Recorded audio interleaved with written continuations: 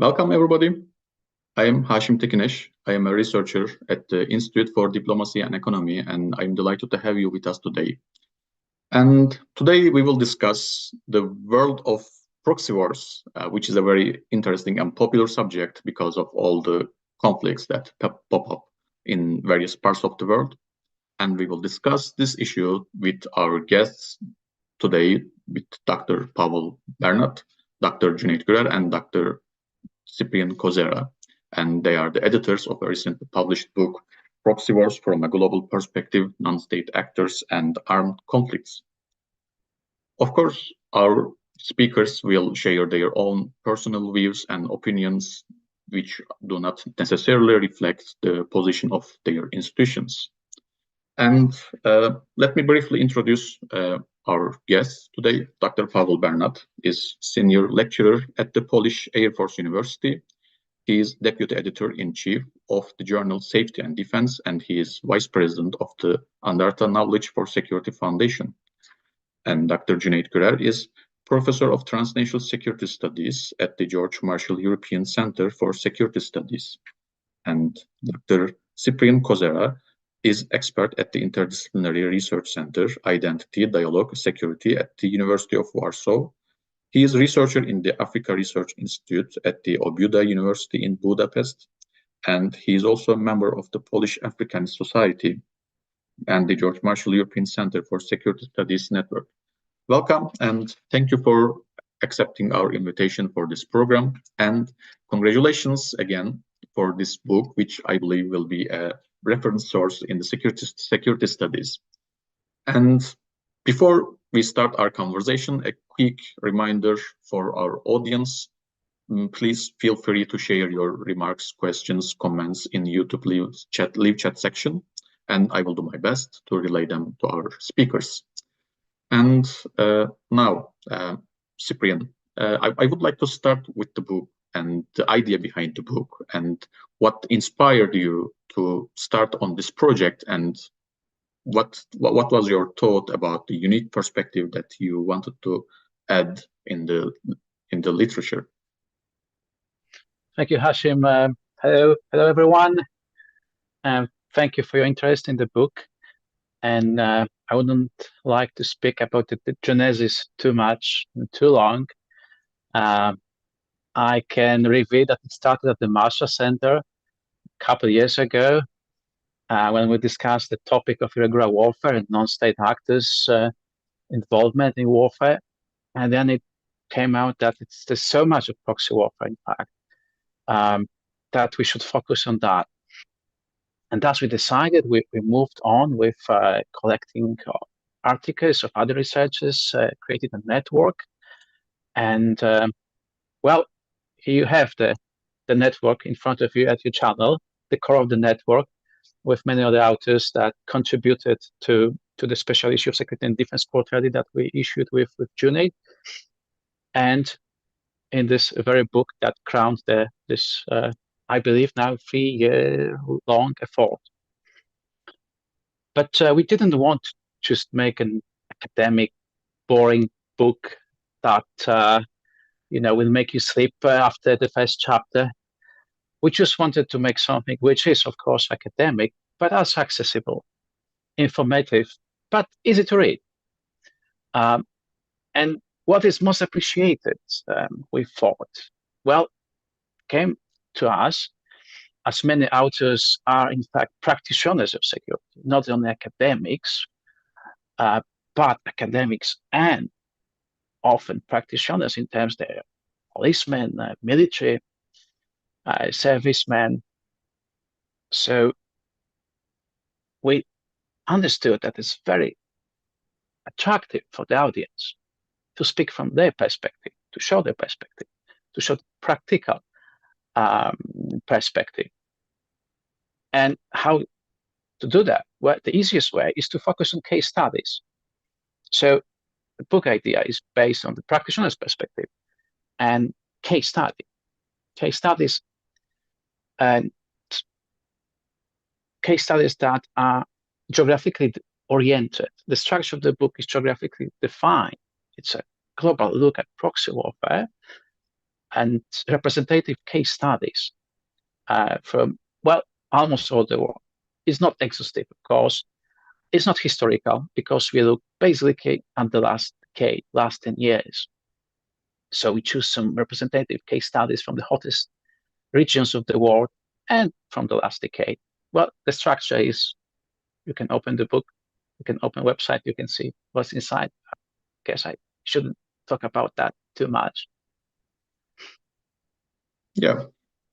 And maybe we can also first discuss what is actually proxy war and what this concept, maybe Pawel, we can continue with you and what makes this concept is necessary and what differentiates them from other wars? First of all, it's great to being here. Thank you, Hashmi, for the invitation. And, my thanks go to the Institute. It is actually a great opportunity for us, not only to promote our book, but actually talk about the subject that we find, obviously, by working so hard and for such a long time on the book.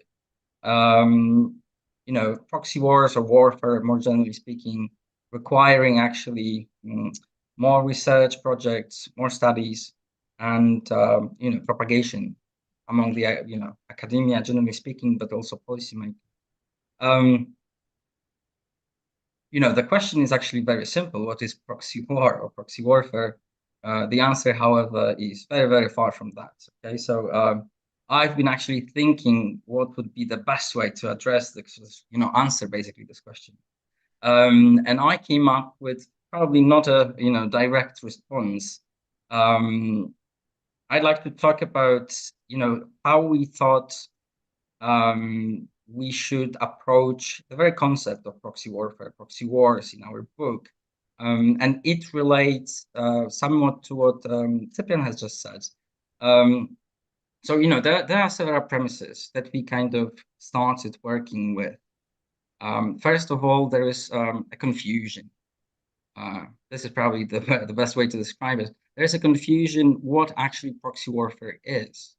And that confusion is actually present in the academia, but also policymakers, people responsible for creating policies and actually executing them.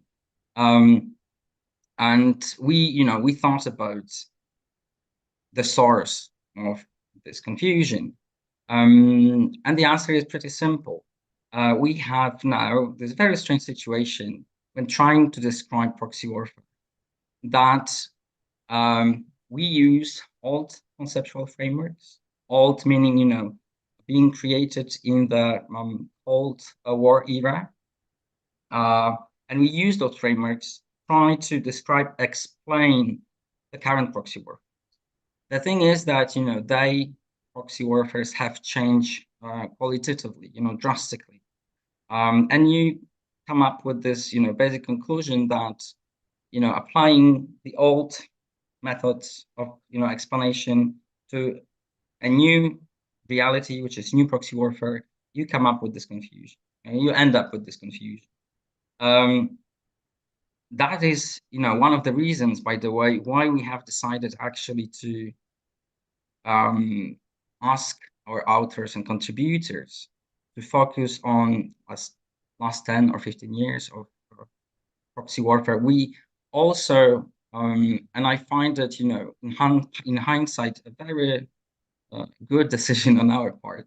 We did not define proxy warfare, okay? Because the very idea behind the book was that we wanted to give a voice to this current global debate of what proxy warfare is. And the best way to do it is actually to analyze, you've got this field specialists, academics, but also, field specialists that have worked, on ground with this concept. So, they've kind of translated their own experiences and knowledge, obviously, into the descriptions of those particular proxy warfare. So, this, having this as background, we came up with several definitions that, they came from the authors, because obviously due to their previous knowledge and experiences, they defined it differently. And our goal was actually to come up to provide a very general definition to warfare that would be a working one, okay? Because this phenomenon of proxy warfare is in this constant flux, changes constantly. So we wanted to have a very general definition that would actually encompass, what is actually proxy war currently nowadays, and would not limit, the authors. So like, going to the point, okay, there are plenty of different definitions of proxy war. Quite often, unfortunately, they are self-contradictory. Okay, so they're like, you have different authors, and their definitions just differ drastically. So you have to make some decisions when you want to write about it. In a nutshell, this old paradigm, so those Cold War era definitions would describe proxy warfare as an armed conflict where there is a third party involved that realizes their own goals by this engagement. And obviously, the geopolitical situation of the time, we had two superpowers, and in order to avoid direct conflict, armed conflict, they would use the third parties, or like intermediaries, clients, whatever you may call them, and they would have those struggles like in Korea, Vietnam, just to point at most obvious ones. And now in the 21st century, the situation that we've got is much more complex and complicated. From this analytical point of view, when you would like to define proxy warfare, you distinguish, 4 basic factors of those definitions. So the first would be, what kind of engagement you've got, okay? Traditionally, it was military engagement, okay? So sending troops or sending weapon systems, to assist the usually state you would support, okay? So what kind of engagement it would be? Now we think that, financial support, not only, transfer of weapons, would also be accounted by some. Then you've got what kind of intermediary you use, whether they're like troops, your own troops, whether you actually support a state, so this third-party states, you could support some, movements in this, third state country, some liberational group, for example, whatever. This is not defined currently, so it doesn't have to be state as it used to be. Then you've got, who's the sponsor? So who actually runs this proxy war? Again, in this Cold War era, that was usually, the United States of America and USSR, the Soviet Union. But now, the reality shows us that it doesn't have to be even state. So there could be an organization a non-state organization. And the fourth one would be, what is the goal of the engagement? Okay, so what the sponsor, usually there are states, but not only, as I've said, what's the goal behind, the involvement? And so this is like these, I'm talking to one, okay, but so these 4 set of factors would actually, or like should be included in those definitions, right? I've, just very briefly, I've got like 2 or 3 definitions that I'd like to read. That's just, some pieces of those definitions, actually. Yakov Bar-Simontov would define it as an armed conflict where at least one of the parties has the support of superpower. Okay, so these are the old definitions. So this is from the 80s. From the 60s, Deutsch defined it as international conflict between 2 foreign powers, again, the US, USSR, fought out on the soil of a third country, like Korea, Vietnam. A new definition. So we defined now proxy warfare as a sponsorship of conventional or irregular forces that lie outside the constitutional order of states. So this is from Doe and Sterman. Moonfold, one of the largest names in the field, defines it as indirect engagement in conflict by third parties wishing to influence its strategic. But like, to sum it up, I think that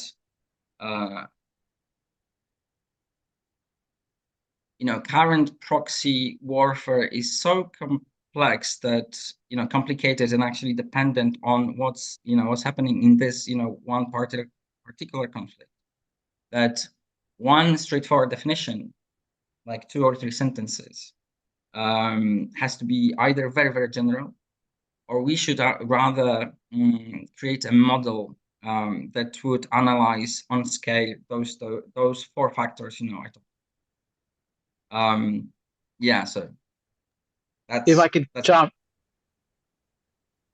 yeah, if I could jump in just with one sentence, please. I thought that that brings us back to the book's rationale, that we divided into 2 aims, namely to depict and discuss the current cases of proxy warfare, and based upon those cases, we wanted to show the phenomenon's evolution, especially from the Cold War times, and the need for its further conceptual development and research. Precisely as Pavel said, the Cold War definitions, they do not apply. This outsourcing of military tasks to a third party is such a complex phenomenon nowadays. And well, I guess Cüneyt will speak about that, but one of his chapters is precisely about that even transnational organized crime take part in proxy warfare. All right, thank you. And maybe before passing to Cüneyt, I can ask a small question about hybrid wars, because it's another popular subject in security studies. And when it said hybrid wars, the Crimean invasion in 2014 came up to my mind, and all this Gerasimov doctrine. Could you please a little bit relate to this concept, how hybrid wars and proxy wars? Because in my mind, I feel they are somehow related, but I cannot explain it. Just as a small question. Who is going to take that? Okay, Cyprian, go ahead, please. I will just include my answer in my part. Please go ahead. Okay, I will just start, with saying that now hybridity is so in vogue. It's so fancy, such a fancy term, that everything is hybrid. Right? Warfare is hybrid, cars are hybrid, manicure is hybrid.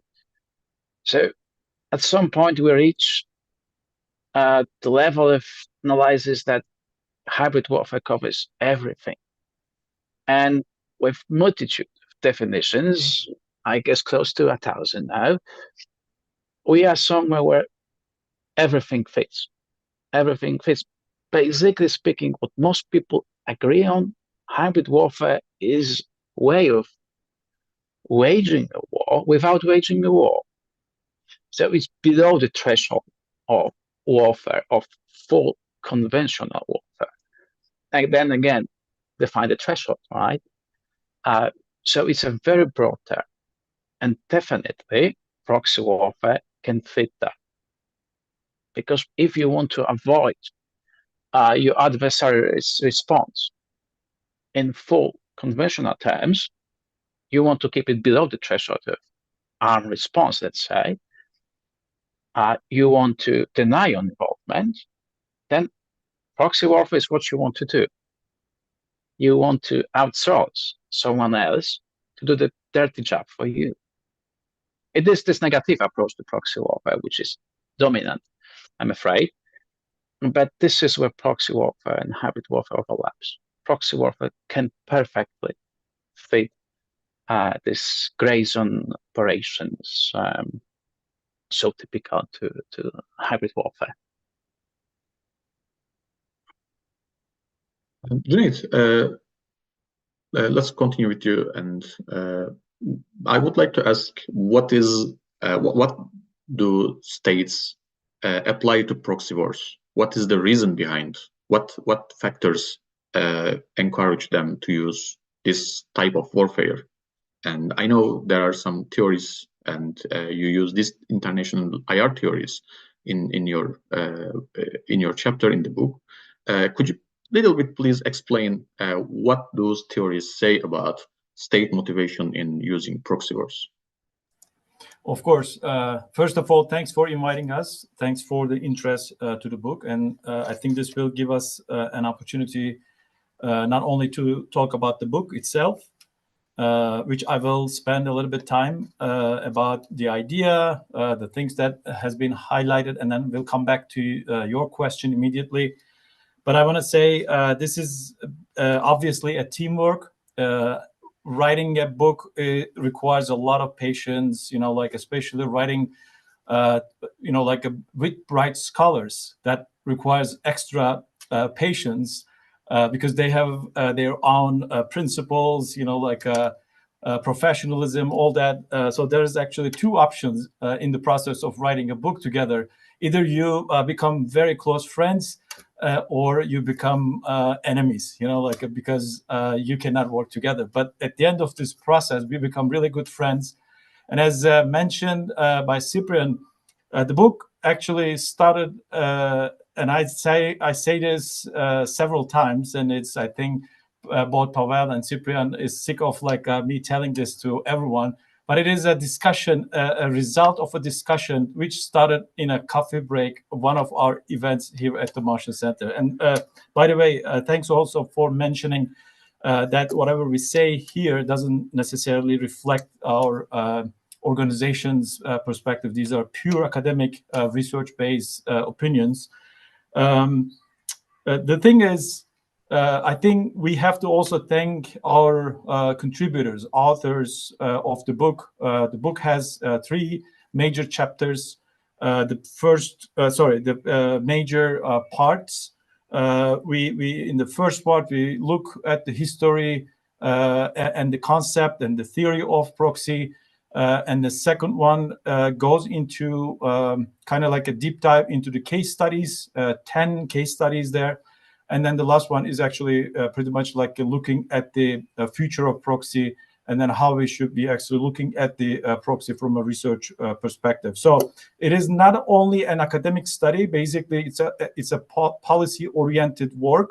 So I will recommend policymakers and policy scholars look at the book to update themselves with the new case studies, because there are really extremely useful and well-written books on proxy issues in the last decade. But what we tried to do with this book was just to update the scholarship with the new insights. And I think more importantly, from my side, we found some gaps in the literature. One of the gaps we found was the proxy phenomenon and the proxy use only considered basically from a security science perspective. Obviously, it is a subsection or subtopic within the security sciences.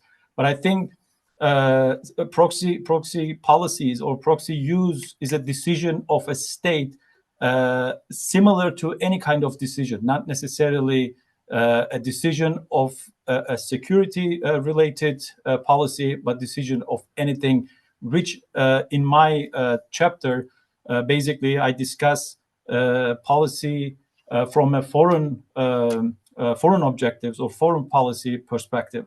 So what I try to do is in my chapter apply international relations theories, trying to get a broader perspective of answering the question of why states choose to use proxies under different conditions. So the first thing actually we have to remember and remind ourselves. I don't want to go into the details of the understanding of the theory, because that's not the purpose of this meeting. But I can refer to the chapter if our audience, scholars, policymakers interested in how different lenses like using different approaches actually can help us to understand the same phenomenon differently by looking at the pieces, like for example, from one perspective, if you are looking at the realism perspective to the proxy use, you will be able to explain it from a geopolitical perspective, how nation states prefer, based on their power structures or like the amount of power they hold. The realism in that sense explains very well why strong states actually use proxies in the wars that they don't want to involve immediately, or like they don't want to put their soldiers on the ground. But at the same time, proxy is not only about strong states using ground actors or armed groups on the conflict zones. Proxies at the same time refer to certain kind of relationship between local groups and the supporting state, basically. And that supporting state sometimes cannot have the control entirely on the armed groups or groups on the ground. So in that sense, for example, if you change the lens and look at the same phenomenon from a different perspective, let's say liberalism, you will understand this kind of like an equal approach of both sides. Even the states are still the main actors of the international relations, but non-state actors, you started to see that the non-state actors also have something to say, which oftentimes in the geopolitical discussions, actually, we ignore. We don't want to see how non-state actors can change the direction of the certain events. So another perspective, constructivism, as an example. Again, I don't want to go into details of the theory or the theoretical discussions, but when you look at from a constructivist perspective, then you see a different story. Maybe the same case. This time you see identities. This time you see like interest of countries or the leadership choices. In certain countries, for example, proxy use is not an institutional policy, but a choice of the leadership or the leader individual itself, or like connected to the certain identity-related issues. So these are the things we try to understand by using different theories and different approaches to the proxy use. I'm not sure if we will be able to bring a lot of substance from the book for this discussion. But if there are questions, actually, if we can apply some of them to the events going on in the world today, we can try, or we can try it in a different program. But obviously, especially now, in the changing structure of the international security environment, in the geopolitical discussions, we hear a lot about like the war coming back to Europe after Russian attack and invasion of Ukraine. We see like the main assumption, basically, the proxy use requires the state actors not use their forces on the ground, right? It is pretty much like an plausible deniability, like, okay, I use this group to basically reach the same objective out of the conflict which is going on, or which already started, and so on and so forth. But what we realize, even there's the war, the conventional war came back to Europe with the Russian invasion of Ukraine. We see like the proxy discussion is still there. So even the states take the decision of, okay, I'm going to use my forces on the ground. So that because I have an attack coming to me from a malign actor, from an aggressor, the proxy will stay. Because in the previous, as Pawel mentioned, if in the previous discussions of proxy involvement of the armed conflicts, pretty much like look at the issue from the conflict perspective, that the states are only using, like a proxy forces to stay away from the conflict. But what we see right now is actually states still be part of the conflict, but at the same time use proxies to reach their objectives on the ground. So I think this phenomenon requires new insights from not only from the scholars or researchers' perspectives, also from the practitioners' perspectives. If there are anything that we are missing, not only by me by we, what I mean is not us as scholars who wrote this book, but basically in general the people in this field, in the field of like security studies, and looking at from an overall perspective of a state and non-state interaction. One last point that I want to make about a state non-state interaction.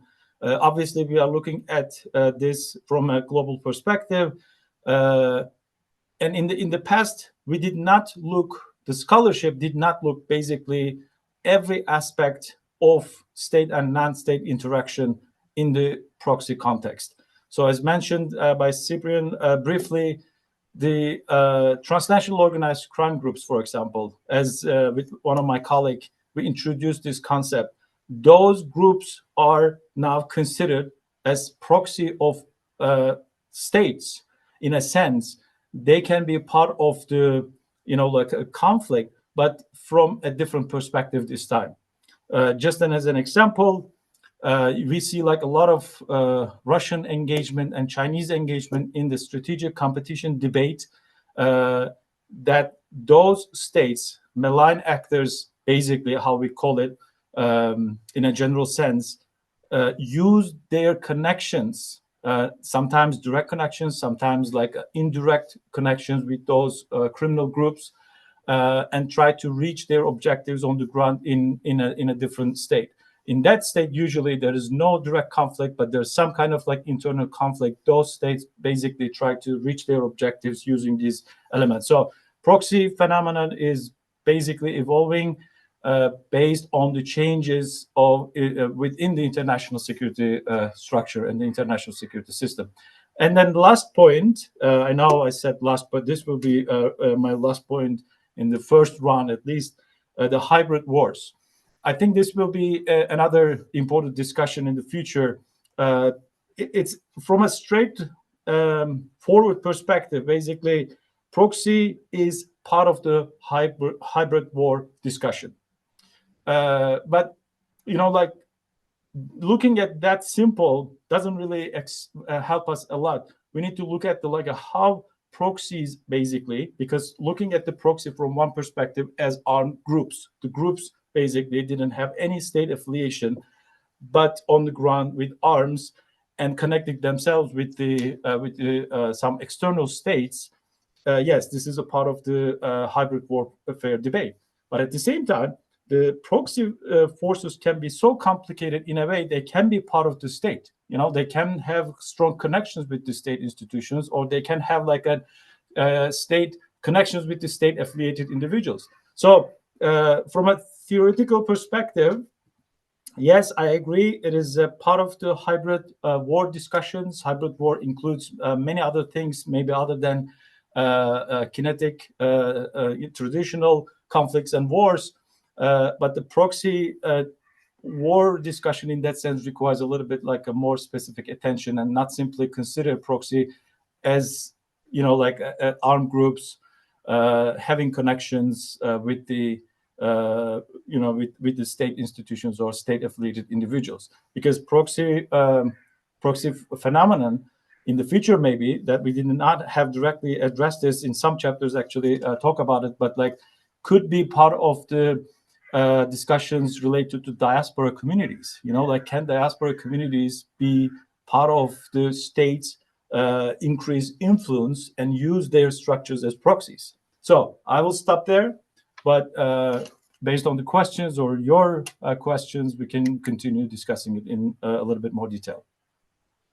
Then from your explanation, I understand as much as the definition of proxy is important, the definition of warfare is also gets more importance, right? Because a political party in a country can be a proxy for a neighbor one. So in this, but is it a warfare? Can we consider such instances where there is no armed violence is not included as proxy wars? In the traditional sense, it's not a war, actually. We cannot say directly that's a war by other means. But that also depends on the objectives that the state is trying to achieve, right? The state A, for example, using a political party in state B, if that the goal of the state, we can explain this from a principal agent model. You know, like an agent is basically the political party in that country, and the principal is the country supporting that political party. And then I think we see this a lot. And then this year will be very important, actually, 2024. We see we have a lot of important elections around the world. Only in Africa, if I am not mistaken, like more than in 54 countries, some of them are maybe local elections, like around 30, 35 elections. And within the concept of geopolitical strategic competition, of course, some states will prefer to have some kind of influence in the political system to make sure their alliances or their allies within these countries' political system win the elections, so that they can continue working together and that they can increase their interest. So within that perspective, this is definitely part of the thing that we are trying to, bring to the attention of the scholarship or policy world. This has to be considered as a part of the proxy debate. But from a classical perspective, we don't want to, maybe I can just talk about from my personal point of view. I don't want to act also like, okay, we are creating something new, like it's just a new phenomena. No, it's like a proxy issue, like using non-state actors is there like for ages, for centuries. But what we have to be careful at the moment with the new international security structure, as Pawel mentioned, is actually things are changing. So we cannot use the old definitions. We cannot use the old previous concepts and then try to implement it to the new phenomena. Things are changing. And the main change is basically the war is back. And the second important change is there will be a strategic competition between main global actors, and all other countries will find themselves in the middle of some kind of pressure. Okay, which sides are we going to take? So as soon as countries took a side, their use of proxy, whether this is an armed group, whether this is an organized crime group, or this is just trying to be effective in other countries' political system, then it will come. It will basically follow. So that is something we need to be careful about, and we don't have to limit ourselves with the previous definitions. And I see like these discussions a lot, like when people talk about terrorism, and people talk about this kind of like very practical, from a security professional and policy perspective, very practical issues that cost the people, lives of the people. They sometimes find themselves. We find ourselves actually in the middle of, stuck in the middle of the definitions or debate about the definitions. So we don't have that luxury from a policy perspective. We cannot act. The literature, the scholarship actually limits us. So that's one of the points that we are trying to make. We need to look at the world from a new perspective and use whatever is available for us to understand the concept, but we cannot limit ourselves, with that understanding to measure what is going on in the world today. If I may just add a few words to this question on the relationship between, the hybrid and proxy wars, very briefly, okay? Because, I agree with what the guys have said. So first of all, really, the phenomenon of proxy warfare and hybrid warfare is changing in front of our eyes. So, by definition, we have the outside view, okay? So we try to, kind of theoretically grasp that it's very elusive and changes. So, we are from the get-go kind of, doomed in this respect. But the question whether proxy warfare is a form of a hybrid warfare, sometimes, yes, it is.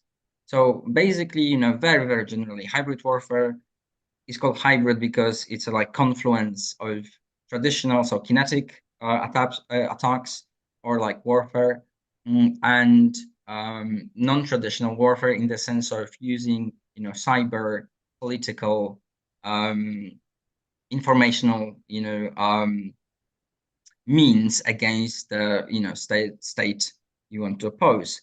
And obviously, currently, when it comes to proxy warfare, you don't have to send your troops. Okay, so when we go back to this question of what kind of the engagement the sponsor state decides on, it could use their own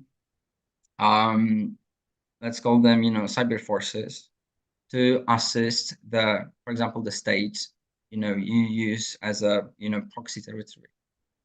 So in this respect, proxy warfare would be slightly narrower than hybrid warfare, but the proper relationship should be actually examined in every case individual.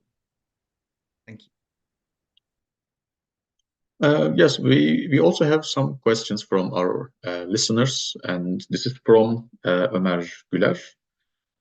He asks, it is understandable for relatively weak countries to engage in proxy wars, but why do relatively strong countries play along with and continue with the proxy wars, for example, Iran and the US? He asks. I can start. I think I see like Cyprian has something to say also. But quickly, I think those two referred countries, they have different objectives and different way of engaging with proxies. The first thing, we can look at it from a little bit like an kind of like an overview of how different type of states actually start an engagement with the non-state actor or the proxy. Democracies versus non-democracies. This could be something that we can apply. Obviously, both democracies and non-democracies use proxies on the ground in the conflict. In the democracies, actually, it is pretty much because of the concerns at the domestic level that the ruling government not necessarily feel themselves in the position of like explaining the military involvement. So it's pretty much like okay, we have some kind of like national interest to be part of that conflict. But at the same time, we cannot explain this to our people at home. The political system has other, at the domestic level, has other priorities, obviously. In the States, in the United States, we can talk about like and how and why the United States actually pulled the troops from different parts of the world, including Afghanistan and Syria, but still continued engagement. One of the reasons is the domestic political calculations. But the national interest still requires basically for those countries to be part of that conflict, not necessarily within the conflict, but the outcomes of the conflict. So that's one story. We can go ahead and explain it in more detail how the democratic political system works, national interest, and so on and so forth. But this is the overall structure. On the other hand, the non-democratic use of proxies is a little bit different, because this time we have not necessarily direct concern of being accountable to domestic audience, but basically from an overall national interest perspective, which is in many cases not connected to the national interest in real terms, the interest of the people of that state, but basically the interest of the ruling elite. So in that case, Iran is given as an example, is really based on whether Iran, for example, continue to use, for example, the combination of soft and hard power together, but the hard power structure doesn't allow to go beyond the borders, but it is better, less expensive, or much more effective to use the groups on the ground. For example, Hezbollah, Lebanese Hezbollah in the Middle East, and so on and so forth. Then that serves better for Iran's interests in the region. So that requires, when we open the black box of two different systems, how they develop some kind of like interaction between non-state actors and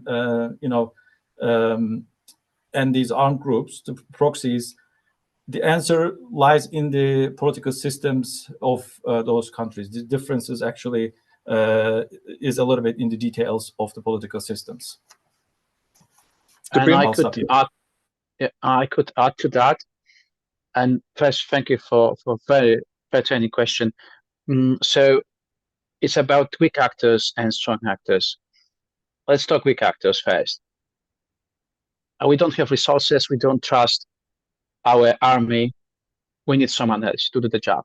For example from last week, President Ibrahim Traore, Captain Ibrahim Traore from Burkina Faso, who invited Russian so-called mercenaries working for the Russian intelligence to protect him, because he has he himself made a coup and grabbed the power through a coup, and now there are many tentative coup against him. So yeah, he's weak. He needs someone to help him. He hires a, say, Russian proxy. But if you are a strong actor, you may have more to lose. You can risk a war, a regional war, global war. So you use the term very strongly connected with proxy warfare, plausible deniability. So you say, it wasn't me. Let's look another case study from the last week. Iranian proxies bombed a US base in Jordan, 3 people killed. Tehran says, it wasn't us, and we do not control our proxies. So we don't want to be responsible for that. Don't hold us responsible for that. Right? So this is precisely the case, that they are denying their involvement. They are funding these proxies. They are giving them weapons, perhaps even targets. But at the end, they will say, it wasn't us. Yes, and another question from Ömer. He asks, what is the turning point when we should expect proxy wars turn into direct conflicts?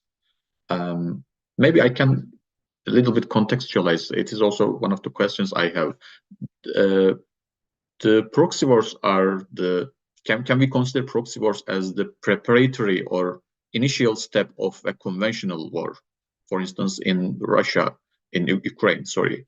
And for years, there had been a proxy war, if we may call it a proxy war, in eastern Ukraine. And at some point, it turned into a conventional war. Is it always the case, or is it just something that is specific to Ukraine case? Maybe, Pawel, you. Yes, that is actually a very interesting question. So,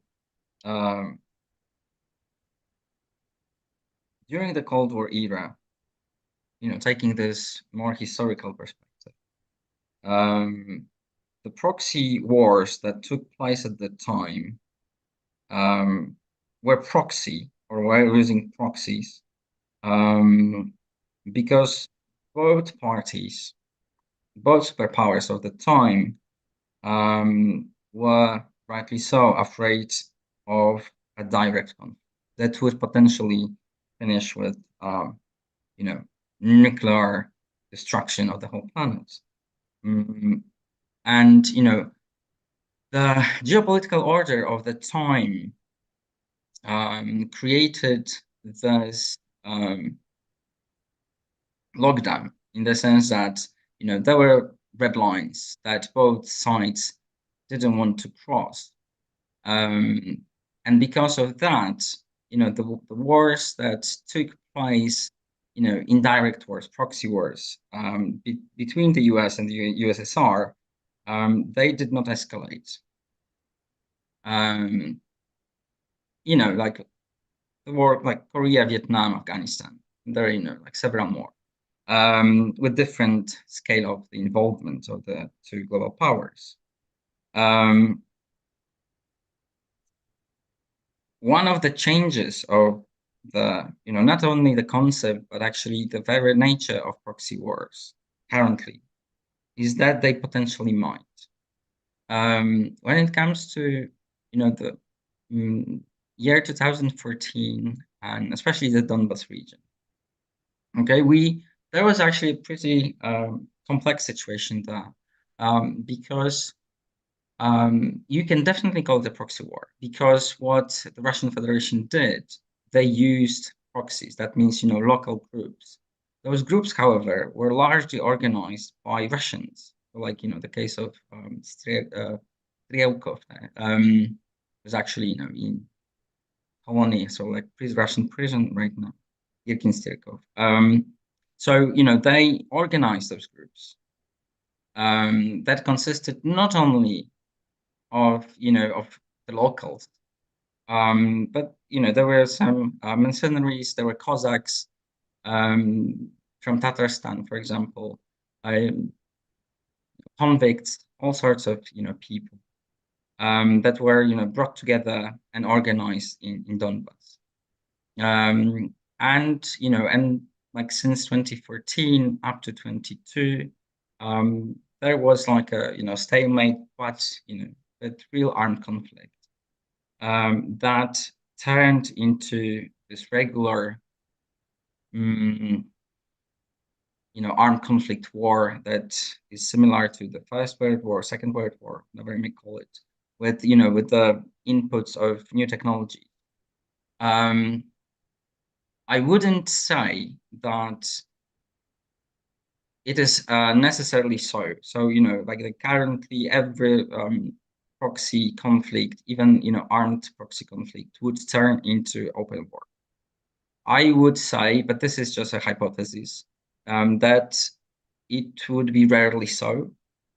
In this case, this escalated not because of, the very kind of, principles running proxy conflict in this area, but of other factors, more geopolitical factors, maybe psychological factors of the Russian leadership, and and their geopolitical agenda. Yeah, so it did happen this time, but I wouldn't treat it as a principle, as a rule. Thank you. And I can say a couple of things about this topic, if we have time. I think it really depends on first of all, the objective of the sponsor or the state supporting the proxy forces, and whether or not the proxy forces themselves have some kind of interest in that support also. So it is not a very static phenomena, actually. If you look at different cases, you will see different, you will get different answers. In some cases, for example, proxy has a very clear objective to get the support, and the reason of the sponsor state supporting the proxy is to make them stronger so that they can be a legitimate force, or the military or the law enforcement force after the conflict in the region. So in that case, the proxy support doesn't necessarily serve the purpose of creating a conflict in the region, but basically to support the group so that that group can serve as a legitimate force, because the expectation is there will be some kind of reestablish or like reorganization of the state structure in the region. There are examples of that. And the other thing is, the sponsor state may have the objective of creating an instability in the country. And this is exactly what happened in 2014 and 2008. If you go to in the Russian invasion of Georgia, organized crime groups basically used as proxy to increase the instability in the region. So We can give examples. For example, again, in the Turkish case, Turkey's use of proxies in Syria. At the beginning, it wasn't because Turkey wanted to have military operations in Syria. Turkey was very careful, actually, not to involve, only reorganize the armed groups, opposition groups. But later, when Turkey realized, oh, these groups cannot achieve the objective, these groups cannot help us to protect the border or carry out our objectives in the region. So that's why Turkey had to put those proxy armed groups inside the military structures, and then had used the like our military in Syria. So that's different objectives depending on these calculations. So that's why actually one of the points we make in the book is it is an ongoing process. It is a calculation process. It includes not only the state interests, the proxies interest also, and it includes more than sometimes the substance of interests, economic or military, but basically identities also come into play. So that's why we cannot create structures of like understanding. We have to be so flexible, and we have to collect more data, and we have to maybe establish some kind of understanding of the new according to the new international security structure. So that's basically how I see that.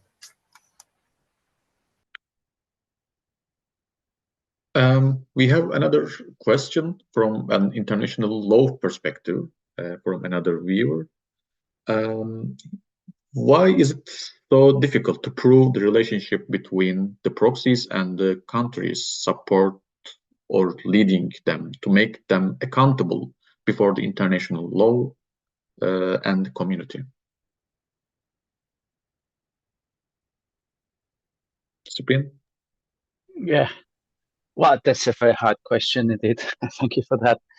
I would say that we have to look who is facilitator on the state side. If in this case we assume it's the state that is the patron, the principal. And who does the job for the state? Well, it's either an intelligence agency or special operation forces. So basically those two entities that work in the shadow, and the point of the job is not to be seen.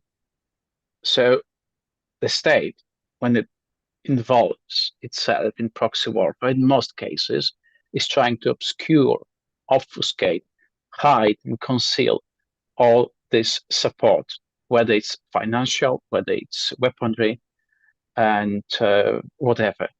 Even, if there are some soldiers, operators on the ground, they're usually called instructors. They're usually advising, not fighting, right? Then when something goes wrong, when there's some accident, when there's some miscalculation, when someone dies, and there's a bigger issue with that, then we see that in the media, but only then. Think about how Tehran is arming Houthis in Yemen. Only when you stop a shipment on the sea, a cargo of weapons from Iran, then you see that, right? Then it hits the press. But otherwise, all the parties involved, both parties involved, the principal and the agent, they do everything to conceal that. So we learn about that only if something goes wrong for them, only if there's a mistake, miscalculation. And well, if I'm speaking right, I could say that to the previous question, that's also the case. Intuitively speaking, in most cases, I would argue that proxy warfare leads to state involvement and escalation if something goes wrong, if there's a miscalculation. Thank you. I can add a couple of things, actually, if I may. Yeah, please. It's for states, actually, it's a risky situation. So, it requires a lot of calculation. If, like Cyprian mentioned, if something goes wrong, there's this legal consequences, obviously.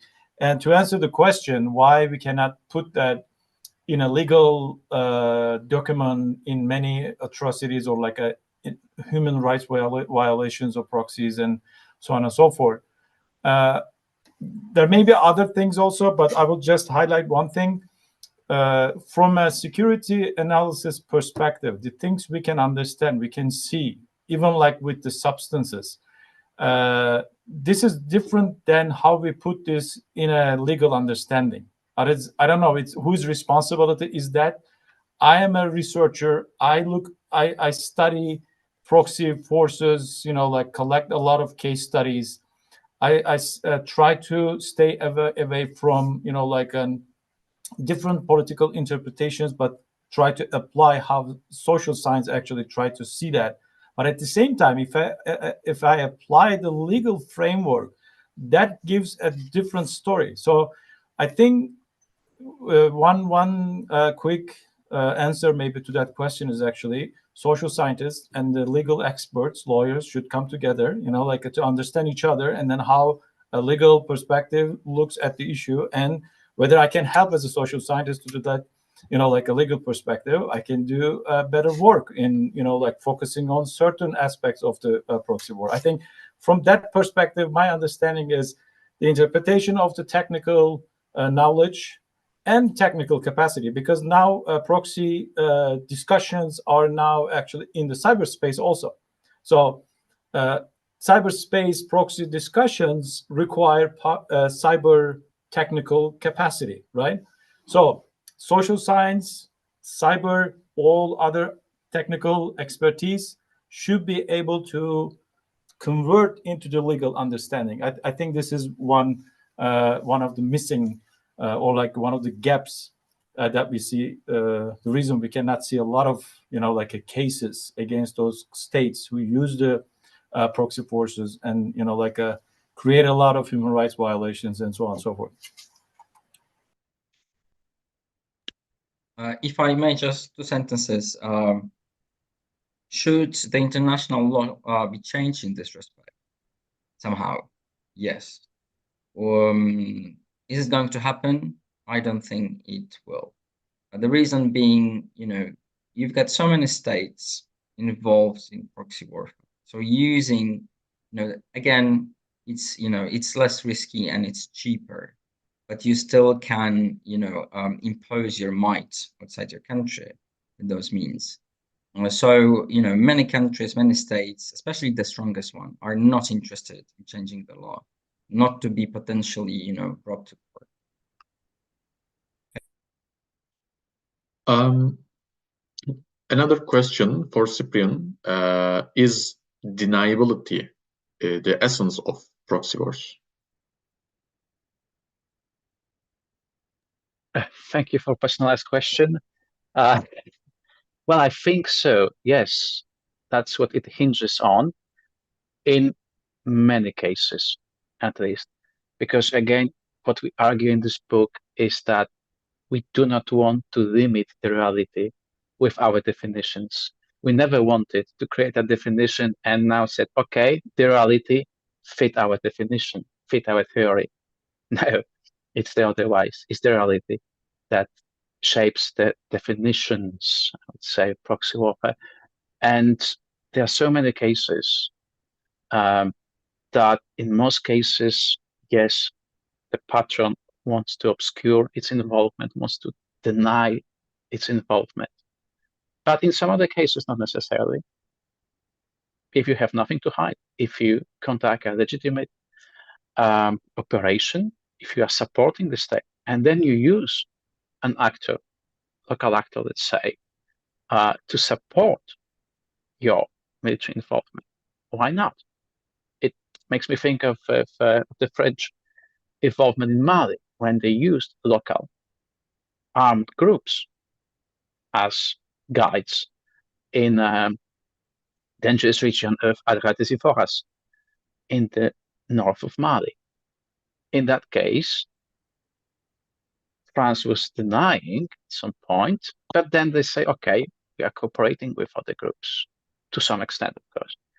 So yes, to put it simple, in most cases, but not in every case. Yes, likewise, I remember Biden, US president, was praising the Mujahideen in Afghanistan who were fighting against Soviets, right? Yes, and another question about Hamas, and is it a proxy of Iran, and how well the war in Gaza fits in your theory? I know there's a section in the book about Hamas-Iran relationship. Would you like to comment on this issue, Cüneyt? I don't want to go into details of the specific case because I know like it is a very not only politically but like sensitive in many senses whether you call Hamas a proxy, a terrorist organization, and so on and so forth. But my understanding is Hamas is basically an organization, a terrorist organization, used terrorist tactics. And it created a lot of, created the change of the structure, international security structure in the Middle East. But when you talk about this, if you don't talk about what happened afterwards, then we are not talking about the entire picture. So that's why, like this specific topic itself requires a little bit more in detail explanation, but only from the whether Hamas is a proxy of Iran. It is, to my understanding of the regional complexity, in the traditional sense, we cannot claim that Hamas is a direct proxy of Iran, but basically Hamas has its own, political objectives, its own structure. But from at least from my understanding, it's using every opportunity to increase the benefits or the gains, in the security infrastructure of the Middle East. So I cannot say directly like Hezbollah, an Iranian direct proxy, but there's a kind of like an engagement and relationship so that Iran can increase its national interest in the region, so Hamas can be part of the toolbox. So it requires a little bit like more, like a detailed explanation and knowing some of the recent developments. So I would just stay there and don't want to make like a further comments because obviously there will be some counter arguments. But from my understanding, Iran is looking for opportunities using, including Hamas, all other groups in the region to reach its own objectives in the Middle East. So yeah, that's what I think. If I may, obviously Hamas is an institution defined, so basically, it's got its own interests, and it's been the case, for decades. Iran, being a regional power, has also their interests. Very often, the interests of those two entities confluence. They are basically the same and directed against Israel. So in this, from this perspective, Hamas would not and should not be, conceived as a proxy of Iran. However, one may come up with an argument, though, that sometimes, in some particular cases, because nobody, neglects the actually, the assistance provided by Iran to Hamas, like weapon system transfer and so on.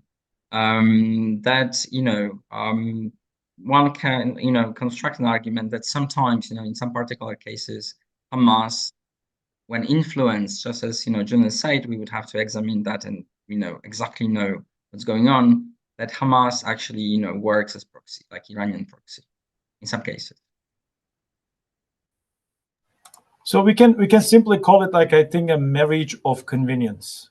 Like a kind of like a direct proxy relationship between a sponsor and an agent, in a sense of like, okay, this organization, a non-state actor, terrorist organization, is doing whatever the sponsor state is saying, doesn't apply in this case, because it is much more complicated than, like a simple kind of like a conclusion of, oh yeah, Hamas is Iran's proxy.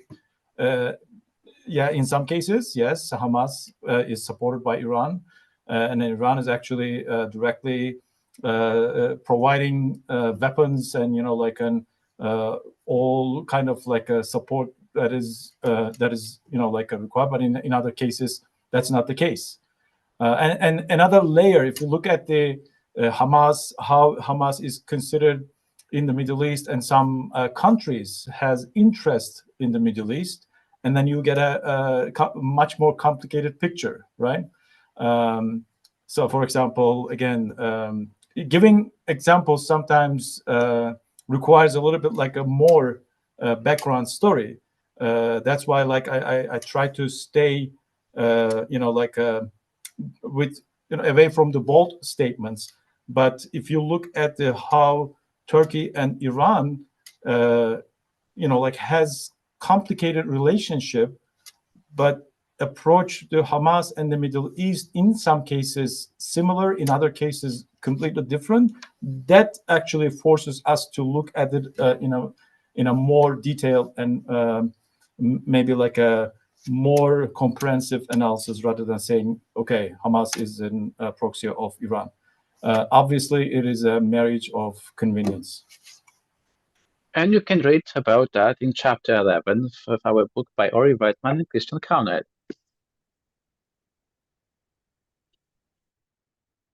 And we have another question about the methods of data collection.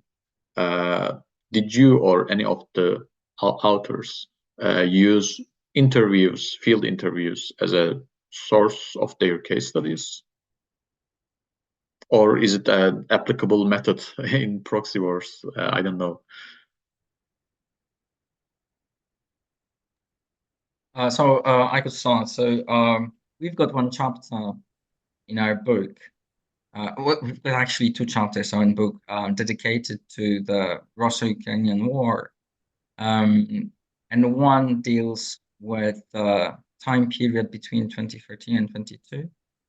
And the second one, actually the very first year of this full-scale war. And I co-authored the first of those. So, the proxy use, Russia's use of proxies in this, in this conflict that started in 2014. And I invited two Ukrainian soldiers to contribute.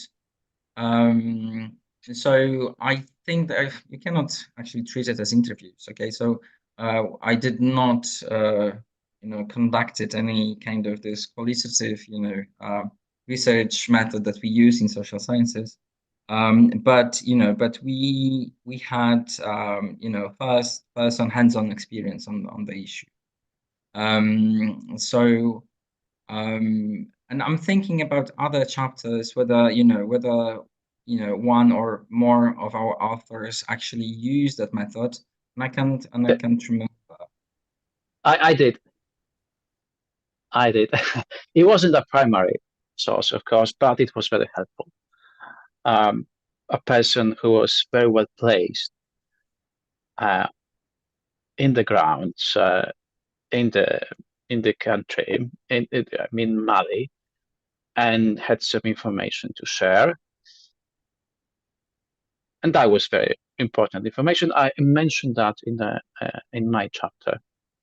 So yes, it is possible. Of course, the methodology depends on an author, so everyone, and on a case, so everyone can have a different one. But definitely, it can help. Expert interviews, yes, they can help. The chapter talks about the proxies in Syria, also includes some field experts, interviews with the field experts that I know of. Yeah.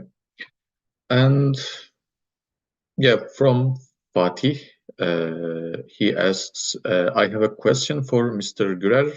It is interesting that diaspora can be used in the proxy wars in future. For example, and can the formation of a political party for country A in country B evolve into a proxy war group? Yeah, this is definitely Yeah, a way of increasing influence in country. So one thing again, we have to remind ourselves, like when we talk about the proxy war, the concept has the war in sight, but it is not necessarily a war between those countries, because the states interact at different levels using different tools and organizations.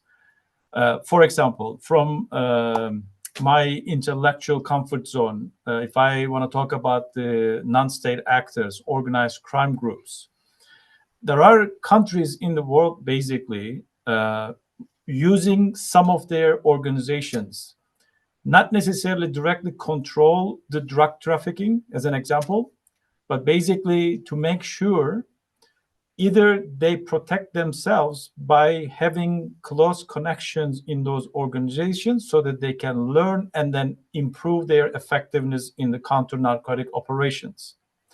And another example of certain countries, basically, sometimes it is for the funding of proxies, or sometimes actually using that funding to increase their impact in the countries they target. The organized crime groups basically provide a lot of benefits to those states, because they provide unregistered money, cash. They can just mobilize that cash. So organized crime groups, that's obviously diaspora communities is a big concept. It doesn't only include the criminals or the people engaging in criminal activities, but the state involvement, that you can find evidences of certain countries basically reaching out to their citizens who are in the criminal businesses, right? China is doing that, I can easily say. And it was in the news in Germany. Turkey was actually trying to, at some point, organized the groups here, or attempted to organize, but later that was denied by the Turkish government, and then Turkey and Germany somehow solved the issue. Germany banned certain groups, and so on and so forth. You see all these discussions. And in that sense, from the criminal perspective, or like the people living in one country already engaging in criminal activities, obviously certain countries have an interest to get in touch with those people, right? Russia is doing that, and it's very clear with many examples I can talk about. But at the same time, diaspora communities, those are like normal people in their normal businesses, but they may be connected politically to the home country. And it's obviously another discussion in Germany. Turkish people living in Germany supporting current Turkish government. That was a concern for, a German mainstream community, that, okay, Germany's majority of Turkish people supporting Turkey's government, but at the same time, benefiting the freedom, in Europe, but not necessarily supporting freedom back in Turkey. So that was the discussion going on.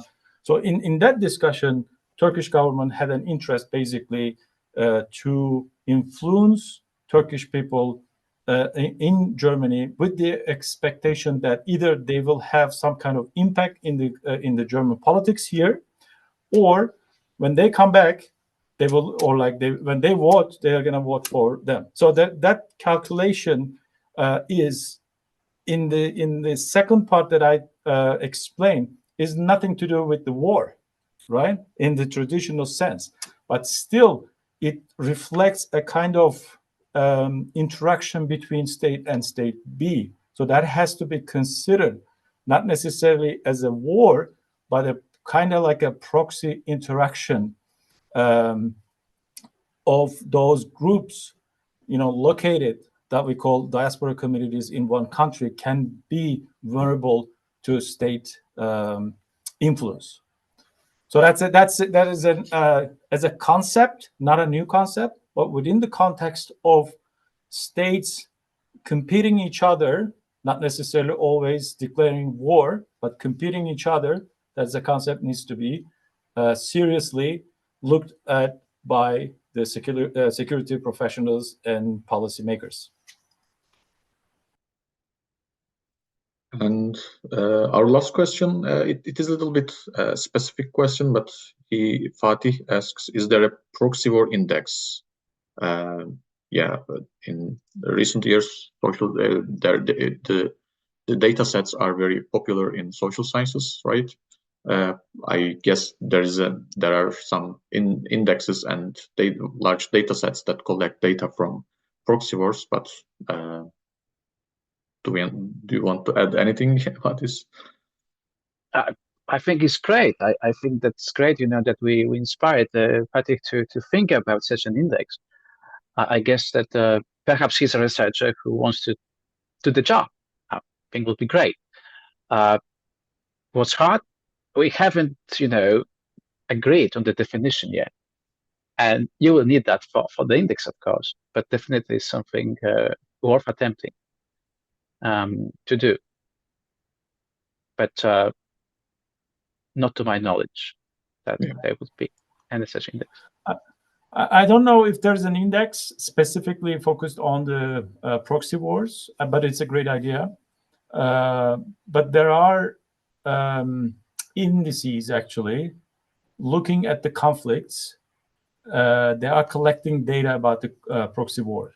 So if the purpose of the question is basically to decide to study this topic and then approach it from a quantitative perspective, and then if our colleague who is asking the question is interested in reaching out some data set, I think we can definitely look at it in detail. But I know there are certain data sets looking at the conflicts and wars around the world, defining certain conflicts, whether there are proxies involved, proxy related or not. So I think within the data sets that exist, but there's no, as far as I know, again, there's no proxy index that is only collected from a proxy perspective. Yeah. Just like to synthesis, as far as I know, also.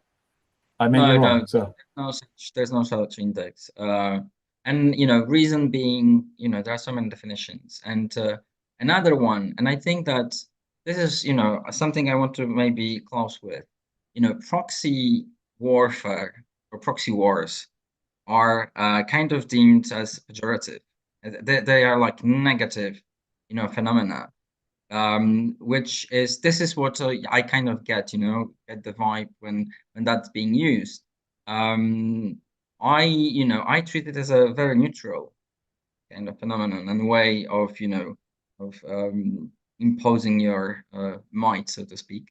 But that could be another reason, people don't want to be involved in proxy, like states don't want to be involved in proxy wars, because that is not perceived as something positive. Yeah, time is almost up, and we had a very lovely conversation on a very difficult subject. And thank you all. And would you like to add anything? Yeah, please, Cyprian. Yeah, thank you. You gave the floor to us. Thank you for that. But it's not only our book. The book is of multiple authors, so we cannot give voice to everyone. That's why we would like to refer you to the book when multiple specialists in the field are speaking about occurrences of proxy warfare from around the world, and definitely it's worth to read today. opinions, voices on that phenomenon too. Thank you so much. I just want to add a couple of points, and I'm going to show my book also, as Cyprian did. So 4 major things, briefly. The way I understand proxy war, is basically one from a political regime perspective. Different political regimes, democracies, non-democracies, can approach this differently. And if the country is not prepared for a proxy war or proxy use, that can destroy its governance system, especially the security governance. So that's one point that I want to highlight. And there are examples for that also, because either the proxy becomes so big or the internal structure cannot handle it. And the other thing, it may have some social consequences that has to be also considered. And the last thing, the proxy use, in many cases, that's why in a separate chapter, we introduced this organized crime groups as proxies. Proxy is also very much connected with the illicit market structures. So that's another point that I just want to highlight as a conclusion. Maybe we can dive into this organized groups as proxies and in another program. Yeah, I'll be delighted. Yeah, and thank you all for your this conversation, for your comments and opinions, and thank you for all the viewers who watch this program online. And the ones who miss to watch it will have a chance to in our YouTube channel. The record will be uploaded there. And thank you, and have a nice weekend. Thank you. Thanks for inviting us.